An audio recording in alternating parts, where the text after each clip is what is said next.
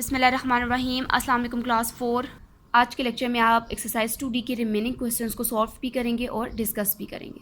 Page number 34। Question number 4, draw factor trees to show the prime factors of the given numbers.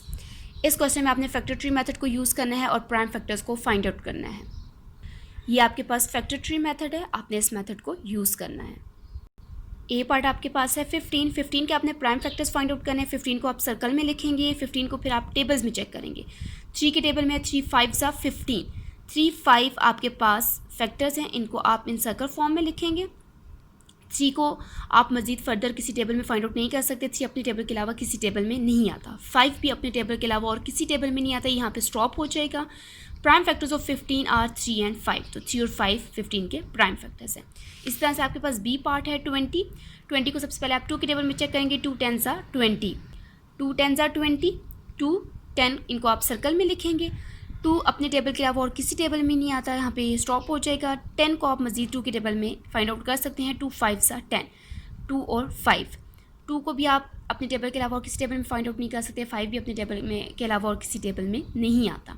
तो 2 2 5 जो अपने table में आते हैं, अपने टेबल के अलावा और किसी टेबल में नहीं आते, तो ये बेसिकली प्राइम फैक्टर्स हैं 20 के 2 2 एंड 5। सी पार्ट आपके पास 14 है। 14 को 2 के टेबल में चेक करें। 2 7 14, 2 और 7 को सर्कल में लिखें। 2 और 7 अपने टेबल के अलावा और किसी टेबल में नहीं आते, यहाँ पे स्टॉप हो जाएंगे। और 2 और 7 प्राइम फैक्टर्स हैं 14 के।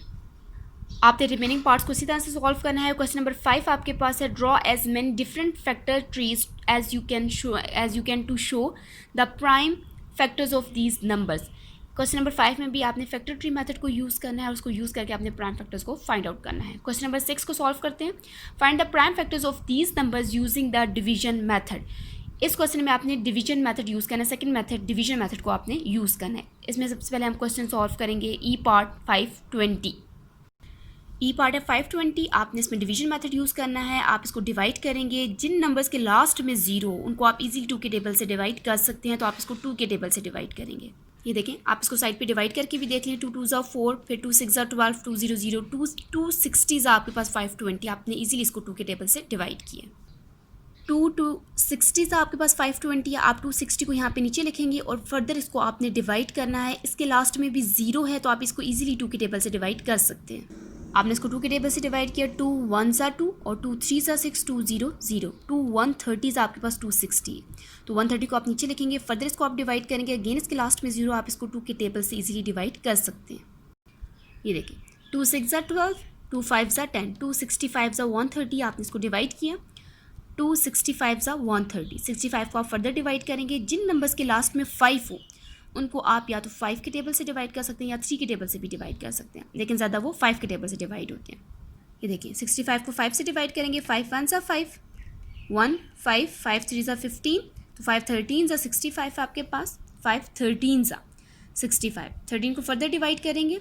13 अपने टेबल के अलावा और किसी टेबल में नहीं आता, तो आप इसको 13 से ही डिवाइड करेंगे। 13 को 13 से डिवाइड किया। 13 1 13, जब 1 आ जाएगा तो ये डिवीजन मेथड आपके पास स्टॉप हो जाएगा। अब जो फैक्टर्स हैं आपके पास 520 के, वो हैं आपके पास 2 2 2 5 13, 2 2 2 5 13, ये प्राइम फैक्टर्स हैं 520 की, और ये आपके पास है डिवीजन मेथड। इसी तरह से आपने अपने ये रिमेनिंग पार्ट्स को भी सॉल्व करना है। इस एक्सरसाइज को कंप्लीट करना है और कंप्लीट करके मुझे आपने इसको चेक भी करवाना है। शुक्रिया।